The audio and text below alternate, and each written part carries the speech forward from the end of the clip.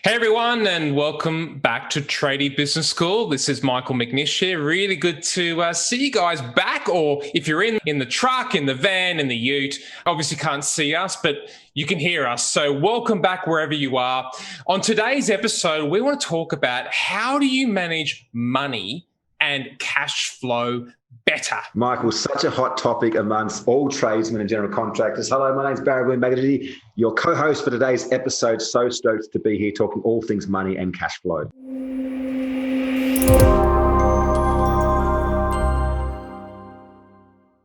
This topic is probably red hot on most people's minds, because cash and money are probably one of the biggest things that people stress over, and particularly in trades work, contracting work, getting paid on time, managing bills, keeping up with everything that's going on. It's very, very difficult to keep on top of things. And what's even more scary is that so many of us have absolutely no idea. It's really, really scary. Without opening up Pandora's box, this is where I think the school system's fundamentally flawed. Yes, we need to learn maths and English and so forth, but where was the education around managing money? For me, it wasn't from my parents, it wasn't from school. And so, I got in my first business and, as I shared a bit on the last episode with Miranda, I was able to eventually start making a lot of money. You never had any money. And what I didn't understand is that when growing a trades business, very different to service-based businesses, you're often putting a lot of cash out for materials, right? So you're putting cash out for materials far before you can bill for them. You're putting cash out in wages every week. And, often the payment terms differ from state to state, country to country. But, we could charge a deposit, we could charge a progress payment, but the rest we couldn't charge to the end. So we were often not getting paid to the end. If there was reworks, that was delaying things. If builders went bankrupt, that was delaying things. There's a whole bunch that we're doing that we're managing that until I kind of learned the strategy we're going to share today, which is so freaking simple, I was always robbing Paul to pay Peter. I was taking money from here to pay this over there. And I was, winning this work, get this deposit to pay this money over here to finish this job over there. And then the tax bill would come. I'd never have the money to pay the tax bill. Yeah, good old tax bills. And the thing is that every business deals with that, typically, who don't have a simple system to manage money. And what was fascinating for me was about, I think, 3 or 4 years ago when we were at an event together on the Sunshine Coast in Queensland, Australia. Yeah. And you showed me the book, The Barefoot Investor. Yeah. And The Barefoot Investor absolutely transformed the way I personally managed money. At the time, I was renting. At the time, I was sort of getting through, doing okay, I was earning money. But when I implemented the system for me, my personal finances, I've now bought a new car. I now have my own home. I have more cash in the bank than I've ever had before. And the funny thing was that previously, in order to have that, I thought I have to earn more. I have to work more. I have to do more, right? But I'd never thought that a system or a simple system for managing money would have such a profound effect on me. And we know that, if we do that in our businesses, what would be possible? Yeah, well, this is the thing. I guess we're not selling the Barefoot Investor here. However, I will say that if you want to find a very simple system to manage your personal finances, absolutely buy the book for $30. Implement what's shared, because that's the most important part. It's not just acquiring the knowledge, but implementing it and following it. And I guarantee that within 6 to 12 months, you will have more money in the bank than you probably ever had before. For me, Michael, money was always this elusive thing. I just couldn't physically understand how I was making it. I knew I was making it, yet it wasn't in the bank and it wasn't in toys. I didn't have jet skis or cars back then or properties. It just seemed to disappear. And I remember that I started to search and to understand. And I met one of my first mentors, Dr. John DeMartini, who was speaking about this. And, what I realized is that we always live to our means. And I remember experiences when I was an apprentice is getting paid. And I knew I had a pay rise coming up. And I was like, I should save that $50 a week. And well, the first week I'm like, I'll just use it to buy this thing for my car. And then by the second week, I'll just use it to buy this thing. And by the third week, that money was gone. And I was like, I don't know how I could possibly save any money, right? Because I started to expand my cost of living, my means of living. And we do that all the time with time. If we have 40 hours a week to work in a business, we will work 40 hours a week. If we have 8 hours a week, we will find a way to get it all done in 8 hours a week. Now, where things started to change for me was actually before the Barefoot Investor. I was like, I wonder what would happen if I created a system for my money. Because I started realizing that systems were important to grow my business, because at that point in time, I was doing everything, wearing all the hats. I was like, if I could start to create a system and automate it, because I get way too emotional around money. So if I could make a system that automatically moved my money to spaces it was supposed to be in, I could remove the emotion from it. I could focus on doing what I was doing best, which was making money. And in the back end, I had something automated that was basically organizing my money and putting it into buckets. And so I kind of got this process from, I'm not sure if any of you guys remember, like growing up, having your mum or your grandmother or your grandfather having a series of envelopes in like a timber box, and they'd get paid and they'd put a bit of money in this envelope, a bit of money in this envelope, and they have an envelope for groceries. There'd be one for house mortgage repayments or so forth. There would be one for maybe spending on other things. There'd be one for the electricity. And so I kind of got that idea from that. It's like I could separate my money into boxes. Yes. One for tax, one for my pay, one for expenses, and one for a rainy day. Yep. And it's so simple. And I remember growing up, my mum did exactly the same thing, but instead of envelopes, she used one of those folders that had the plastic slips. And inside there, I saw her put the money in there, and then she'd write on the piece of paper the balance. So every time she took money out or put money in, she had the ledger. You know, and mum being a bookkeeper, she was really onto that and keeping, and it was such a simple system, but helped her to really understand where money was going. And I think most business owners have one bank account.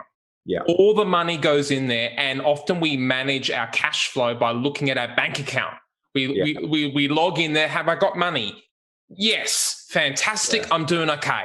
Yeah. There's a huge problem with that, though, is that because we're managing and we're wearing a million hats in our business, we're forgetting about the GST and tax bill that's on the 16th of next month. We're forgetting about that payment to that loan. We're forgetting about that money that we borrowed from Steve. We're forgetting about all these different things because we're managing it all within inside of our heads.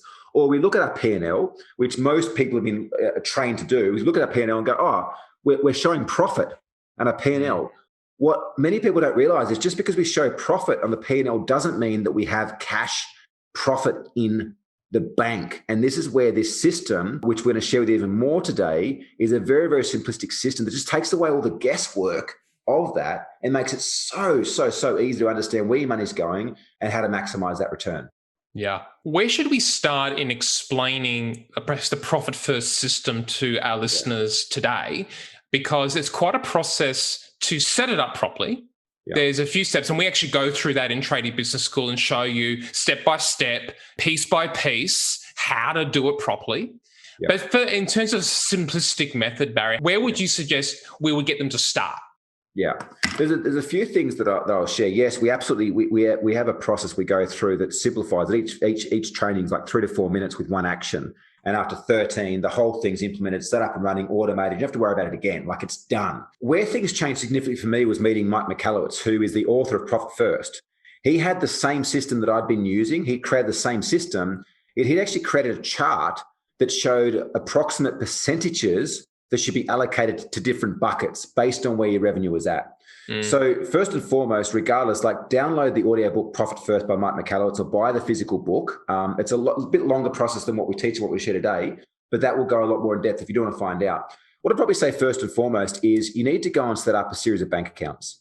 So you need to have one bank account. And if you're driving right now, pull over, write this down, and make sure you allocate some time to implement it. But first bank account should be an internet-only account. It shouldn't have a card. You can't access it unless you go online. And you're going to name that account income. And you're going to change all your invoices, and you're going to change wherever anyone pays you to go into that account.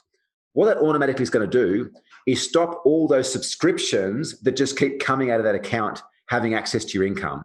And it's going to allow you to, once a week, to log into your bank and see what income have I collected for this week, and then make a conscious decision of where that income gets allocated across the other accounts we're going to share today. So income account, internet-only access, change all your incoming income into that one. The next account we want to have is a cost of sales account, right? This is something that Mike doesn't talk about in his book, but we teach our tradies, is work out roughly what your cost of sales are by looking at your P&L, which we spoke a bit about in the last episode. You know, if your cost of sales are roughly 30 or 40%, 30 or 40% of that income, whatever it is, decide on it, should be allocated into that COGS account. Now, what happens is as we start to put these accounts out, if we start noticing that one of our accounts has no money in it, it either lets us know, A, we're overspending in that part of the business. So it causes a conscious trigger to go, shit, I'm spending too much money on expenses or my income or my cost of sales. I need to change something, right? Rather than getting to the point where we get a 50 grand tax bill and can't afford to pay it. Yeah. Number two, if it's not that, it could simply be that the allocations are wrong and we need to juggle that as the business starts to grow more and you start to make more money. The cost of sale account is fantastic. And you mentioned COGS. And for those of you who don't know what COGS is, that's cost of goods sold. And typically that's more for a retailer style if you're selling goods. But that's typically in accounting world, that's the terminology. However, what we even kind of suggest that you refer to cost of sale as is materials and your subcontractors or contractors that you hire that aren't employees, that you only incur those expenses because you got work, got the job, right? Absolutely. So whatever word do you use, whether it's materials, subcontractors, cost of sale, COGS, they're all the same thing, but that one account so that you know that when you get the invoice for those materials, you've already allocated the cash so that whatever's left over is actually your money. Yeah, that stuff wasn't your money because you have to pay for that, and you may not be paying for that immediately. Yes. Often you might get invoiced a month or two later, but having that account is a lifesaver because it means that you're never scraping around and trying to where's the money to pay that thing. With the COGS account, so that's the second account you want to set up, COGS, and again, it's a new account, but this account, get a card for it because you might need that card to go and pay at your local trade store for supplies for your business. So you need a card with that account. The next account you set up is an online only account, but it has the ability to make payments to other organizations. And that's for your tax. And if you're in Australia, it's for your tax and GST and superannuation. Now, ask your accountant, based on your current revenue, what percentage of the revenue do you need to put aside to make sure you always cover your tax, or if you're in Australia, GST and superannuation as well. And so that's the next thing you want to pay because, again, part of the laws of having a business and I guess the duty of having a business is you need to pay your tax and GST. You can't avoid that, right? I know you might want to do a bunch of cashies, but again, so they catch up on you and you don't have borrowing capacity and so forth. So make sure that you then put that aside next because it's not your money. It will get called on and there's no greater feeling than getting a tax and GST bill knowing you've got the cash there to pay for it. So that's the third account. An account only, online access, but can pay bills because you want to be able to pay the tax department from that account without moving money around. The fourth account and the second last account, the next person we pay is you. You want an owner's drawing account. So we want to make sure that there's an account there for you and you're taking a percentage of income. Now, if you just Google profit first allocations, you'll see there's a chart that Mike's got there based on how much you earn, what you should be paying yourself as a business owner. It's really important that you get into a rhythm of paying yourself regularly rather than just taking money whenever you need it, because again, there's no accountability of what that is. So that account should be similar to your tax account, online only access, no card, can make payments because that account you'll set up to automatically pay your personal account. That's a really important account from a mindset point of view, like incredibly important.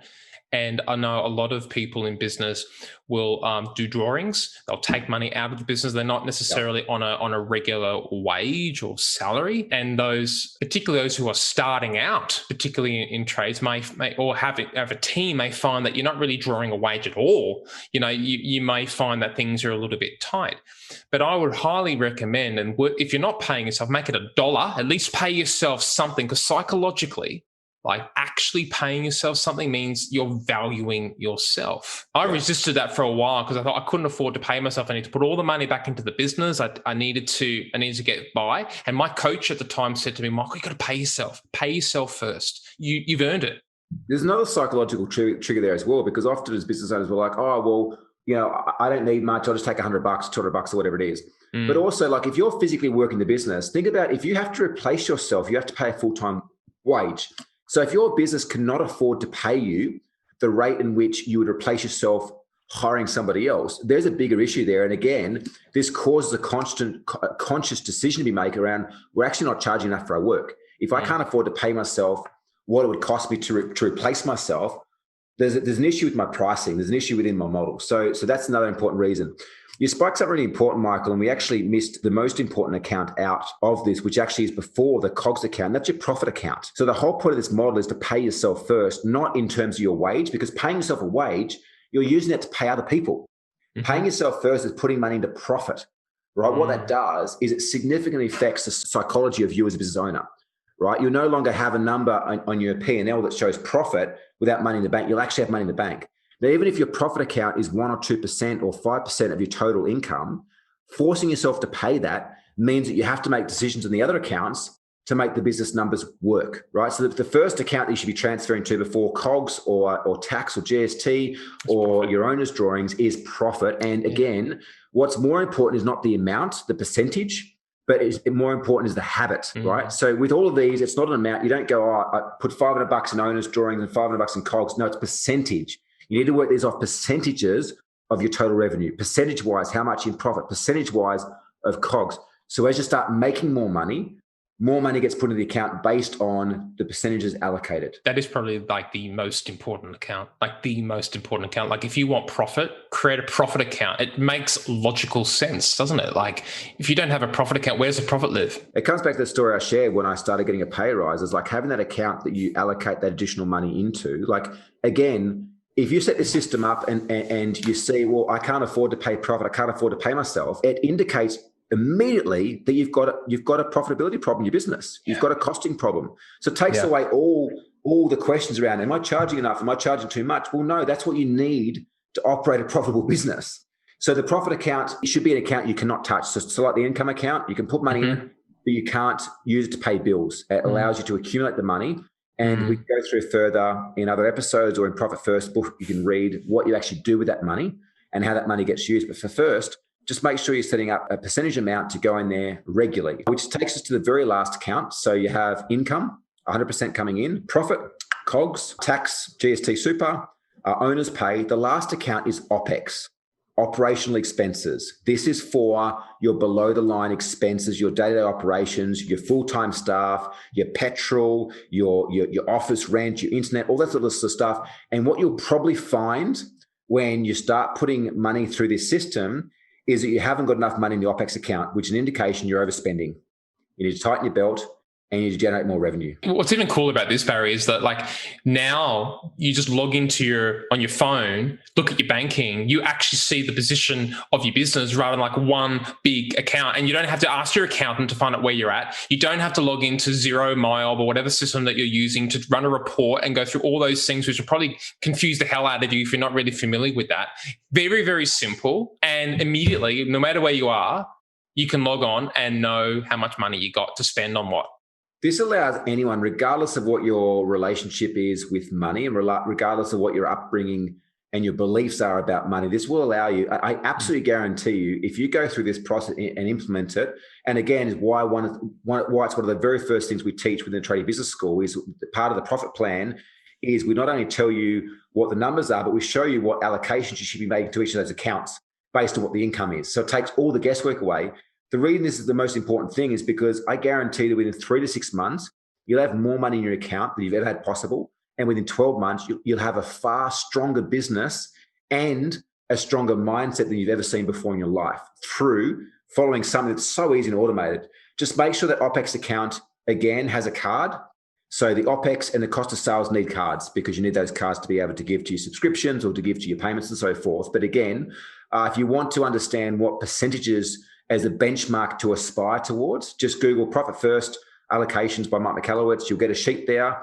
It'll probably make you feel sick the first time you go through and put your numbers in because you realize how far out of whack this are. It's not the first time we've seen clients go green when they've done this the first time. It's honestly, like it can bring people to tears, the truth of the situation. And literally we had a brand new client say to me the other day that, wow, they did not realize they thought they're doing well, but they're losing money. And they had absolutely no idea that when they actually looked at the financials, they did not have any clue that that was the position. And so when you do this, just be kind to yourself. Like you're gonna look at the truth, right? Yeah.